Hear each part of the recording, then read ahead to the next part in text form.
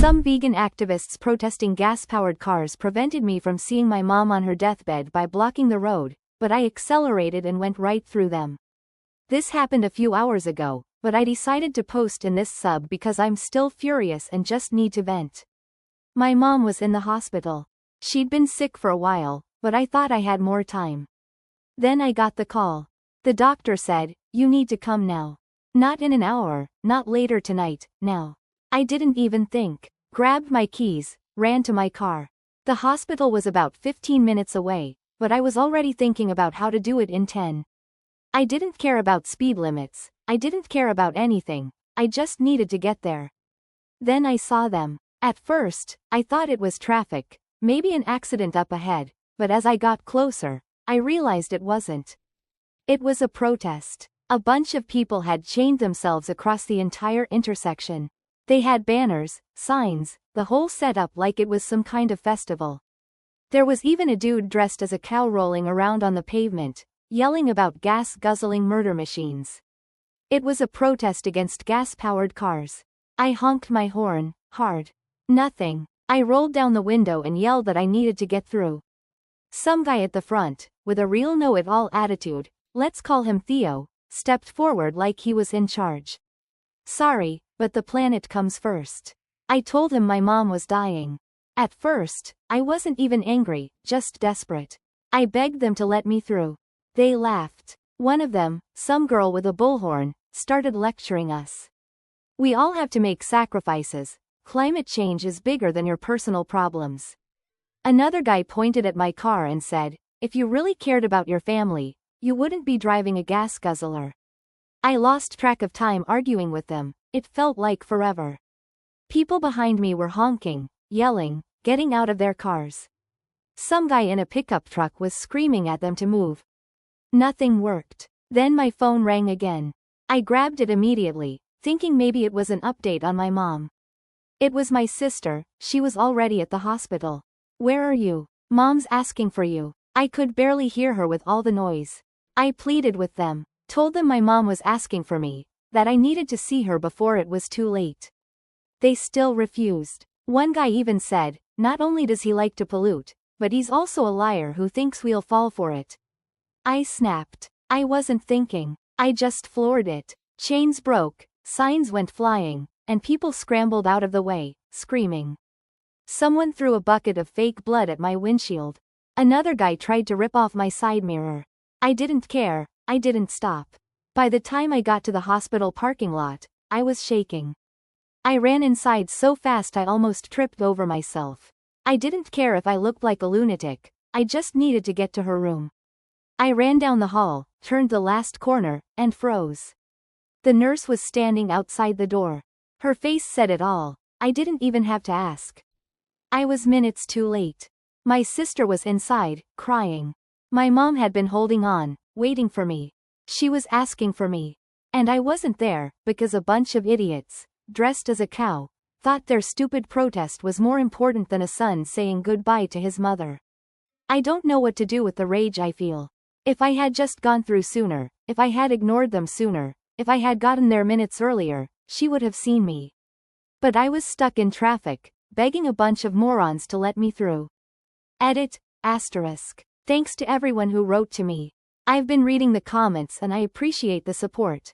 To everyone who said, "I'm sorry for your loss," thank you. For those who asked what my mom had, she had late-stage cancer. We knew the end was near, but I thought we had more time. The day before, the doctor said she was stable. It all happened so fast. Someone asked if she was conscious before she passed. My sister told me she could barely speak, but she was awake and asking for me. That's what destroys me the most, she was waiting for me. Some people asked how long they delayed me. I checked the call log later. From the moment I got stuck to when I got through, it was almost 30 minutes. 30 minutes that robbed me of the most important moment of my life. And to the ones saying, "You should have just gone through earlier," yeah, I keep thinking that.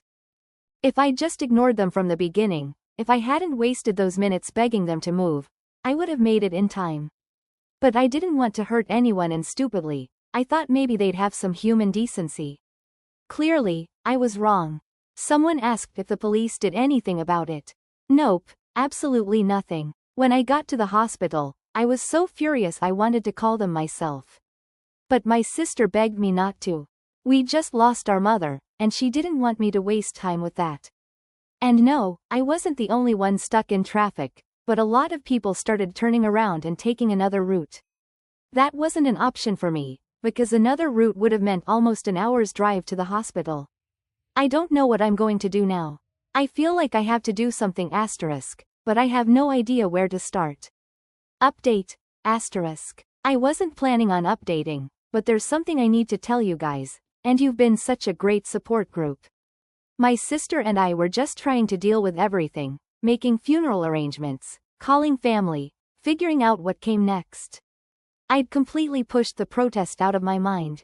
It didn't matter anymore. I lost my mom and had to live with the fact that I didn't get there in time because of those idiots. Then I got a call. It was the police. At first, I thought maybe someone had finally done something about the protesters. Maybe they were following up and asking if I wanted to press charges against them for illegally blocking the road. Nope. The officer on the phone sounded way too serious. He told me I needed to come down to the station for questioning. No explanation, just that it was about an incident on the highway. I already had a bad feeling. I asked if I needed a lawyer. He said, "That's up to you." Yeah, not a good sign. So I went, and as soon as I walked in, they arrested me. It wasn't questioning, it wasn't an interview, they slapped the cuffs on me. I knew it was bad, but at least I was going to have a conversation and was going to explain my side. But no, the protesters pressed charges against me. Apparently, I had recklessly endangered lives and used my car as a weapon. I told them I didn't hit anyone. Didn't matter. I told them I had an emergency, that my mother was literally on her deathbed. They didn't care, because the protesters had video. Of course, it was edited. It didn't show me begging them to let me through. It didn't show them mocking me. It didn't show them laughing in my face when I told them my mother was dying. The video started right at the moment I accelerated. And to top it all off, one of them even pretended to get hit. The cops asked if I wanted to make a statement. I told them I would, as soon as they arrested the people who illegally blocked an entire highway and prevented me from seeing my dying mother. They didn't. Instead, they charged me with reckless endangerment and assault with a deadly weapon. Because apparently, my car is now a deadly weapon. They told me I was lucky no one was hurt, or else I'd be facing attempted murder charges. I mean, are you kidding me? They put me in a holding cell for 10 hours. I didn't know what to do. I didn't do anything wrong. I didn't hit anyone. I just wanted to see my mom before she died. And now I was sitting in jail like I was some criminal. When they finally let me out, the damage was done. That video went viral. The activists posted it everywhere. They controlled the narrative before I even knew what was happening. People were calling me a psychopath. One headline literally said, "Deranged driver plows through peaceful climate protesters." And then the real hell started. First, I lost my job. When I got home, there was an email from my boss, terminated. It just said, "Your conduct does not reflect the company's values." I worked there for 6 years, never had a problem, never even got a warning. Didn't matter because now I was radioactive. Then my landlord called. Apparently, those people found out where I lived. He didn't want any trouble, so he told me I had 30 days to get out.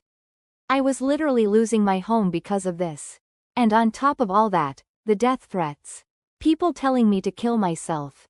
That they hoped I got run over, just like I tried to do to those poor protesters. My sister was scared. She told me I should go stay with a friend for a while, just in case someone actually showed up at my apartment. I went from mourning my mom to losing my job, my apartment, and apparently, my entire life. All because of a bunch of idiots with too much time on their hands. But here's where it gets worse. My sister told me something weird. A friend of hers was near the protest before it started. Not part of it, just in the area while they were setting up, and she overheard something.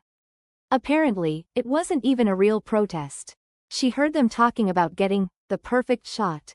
They were literally setting up cameras before they blocked the road. They were filming before the protest even began.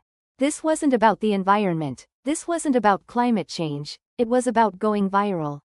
So I started digging. And that's when I found out who was really behind this. The guy leading it, Theo, the smug-faced jerk who laughed in my face, he wasn't just some random activist. He owns a local company that installs electrical panels and charging stations for cars. They blocked the road to get views.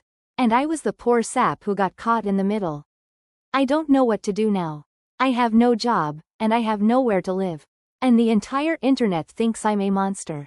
But at least I think this new development might help me. Before continuing, don't forget to subscribe. New stories every day. Update 2. I've been doing some more digging in my free time, which is now practically all my time thanks to Cowhead Theo. You guys already know that this wasn't some simple activist and that he had bigger fish to fry than just protesting the environment. You guys also told me that some people saw him in a cafe nearby rehearsing the whole protest. Then I discovered some of the protesters weren't even real activists. I recognized one of them, a guy with sunglasses yelling through a bullhorn at the protest. He looked familiar, so I looked into it. Turns out he's an actor, no joke. His LinkedIn profile literally says, available for activism roles. At that point, I knew I had something big, so I kept digging. So I checked out Theo's company. He runs this clean energy company, one of those that markets itself as ethical and sustainable. At least that's what the About Us page says. But there's nothing clean about it, and I'm not talking about polluting the planet. He has undocumented workers, which, I guess, isn't the problem. I'm not about deportations, but I have a problem if you only hire them to save money. To further add to Theo's list of issues, he doesn't even believe in his own activism. I found out he owns one of those giant pickup trucks that looks like it needs to carry an oil well and a refinery to do more than a mile.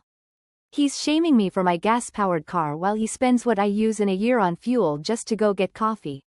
This whole thing was about money. He staged this whole protest to go viral, to get people to associate gas-powered cars with destruction and to see his company as the solution.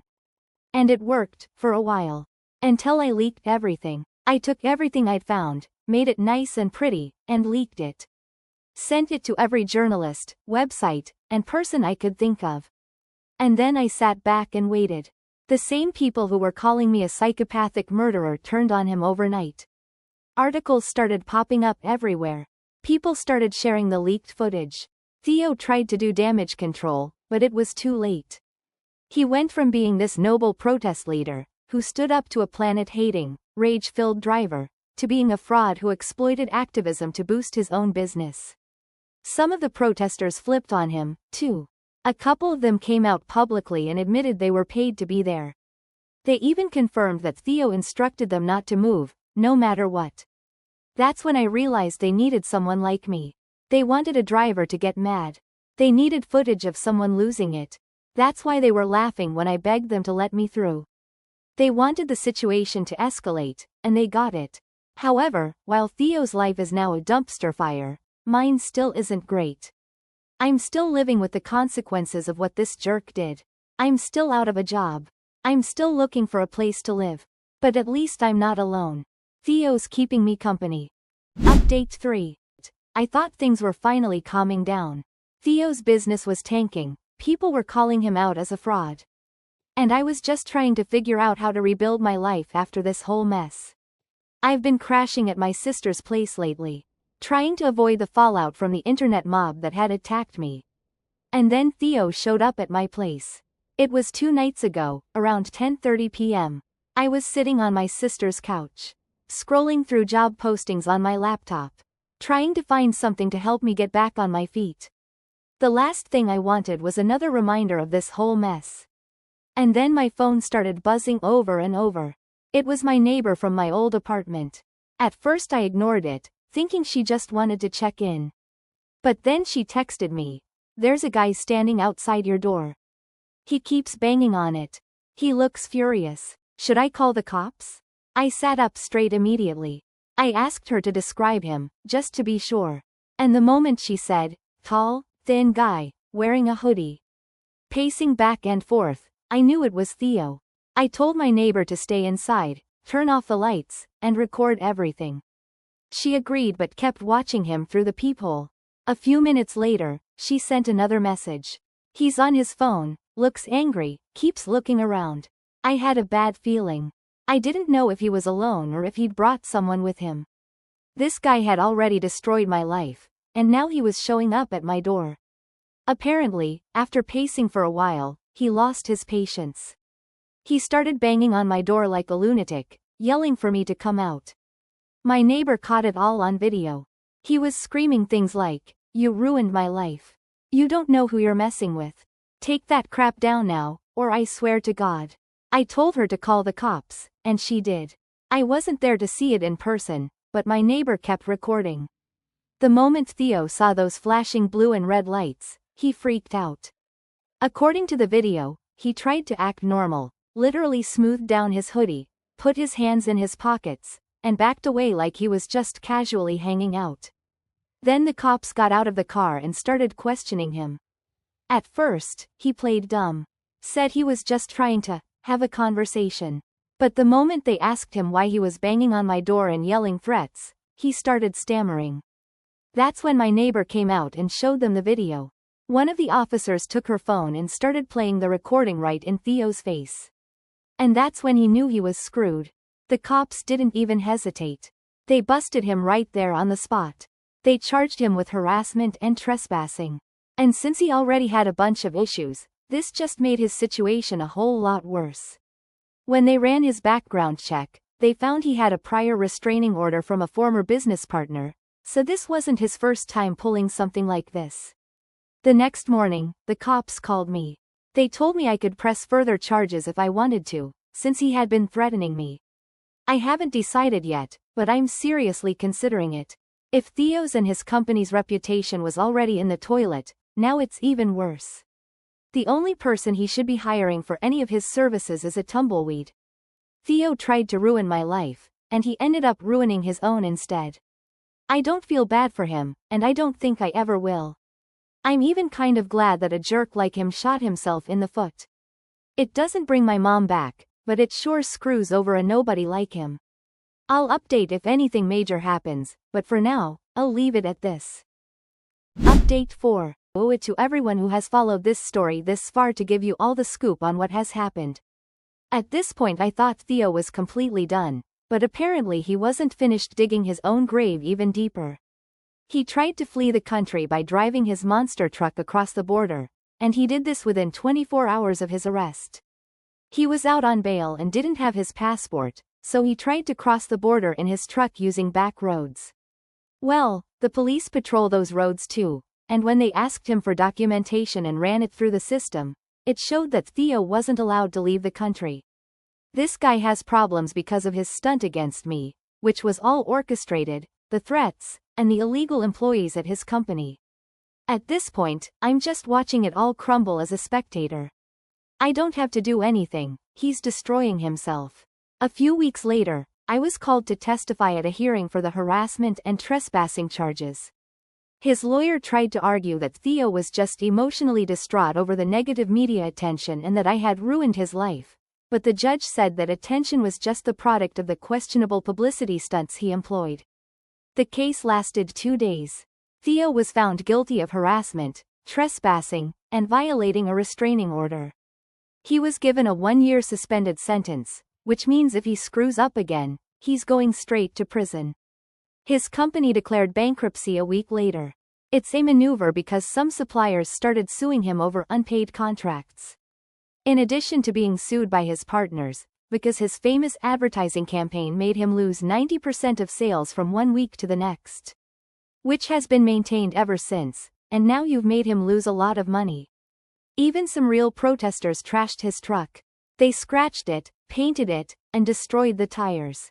A lot of people have asked me if I was still facing charges for endangering the protesters when I drove through their protest.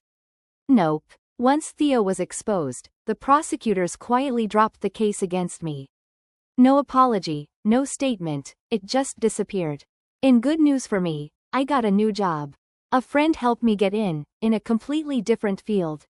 Honestly, I like it better than my old one. I also moved out because living with my sister wasn't what either of us wanted. We get along great and are closer than ever, but nobody wants to live with their sibling as an adult. The only thing that keeps haunting me is that none of this changes what happened with my mom. I still didn't get to say goodbye. So, in a way, this was my revenge for that. This revenge is not going to solve anything, but that's life, I guess. You have to learn to accept what life gives you and takes away from you. Update 5. They allow costumes in jail, because Theo could use the one of his protesters used in the fake demonstration. Theo has had some issues with his former business partners, who sued him for the losses. And getting aggressive with them and making threats is a very dumb idea when you're free only because the judge has given you another chance. So now he does have to serve that year in prison, and if I'm not mistaken, a bit longer too, along with the debt that will be waiting for him once he gets out.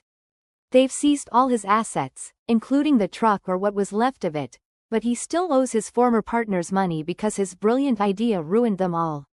I also wonder if they serve vegan food in jail. Although I don't know if Theo was vegan too, or if only the protest signs said that to add more realism to what they were doing. Anyway, watching Theo continue to sink further is what I enjoy most. Nothing like an idiot getting his just desserts. That's why, a while ago, I started considering suing him for defamation. Because he planned the whole demonstration as part of his advertising campaign, not caring that he was ruining my life. I also sued him for emotional damage, for preventing me from saying goodbye to my mother in her last moments. I knew it was a long shot when his company went bankrupt and started getting sued. I knew there wasn't much money there. At most, I was going to waste what little I had saved, money that had to last me until I got a job, which at that point I had no idea when that would be. Well, that job came, and I said, I have some money, so why not make Theo's life more miserable now? And that's what I did, sued him and won the case. Now I'm on the list of everyone waiting to get money from him, but just knowing that his life will be hell thanks to my small contribution makes me feel good. Those debts will be patiently waiting for him when he gets out. My mother, although not very vindictive, always complained that people with an air of superiority got away with things, so I guess this would make her happy. It's a shame that in prison there are no vegans who take justice into their own hands. That wouldn't be bad at all. But I'm sure he's surrounded by other scammers like him, so in a way, he'll feel right at home. But he shouldn't get too comfortable. He has to figure out how to make money when he gets out to pay everyone.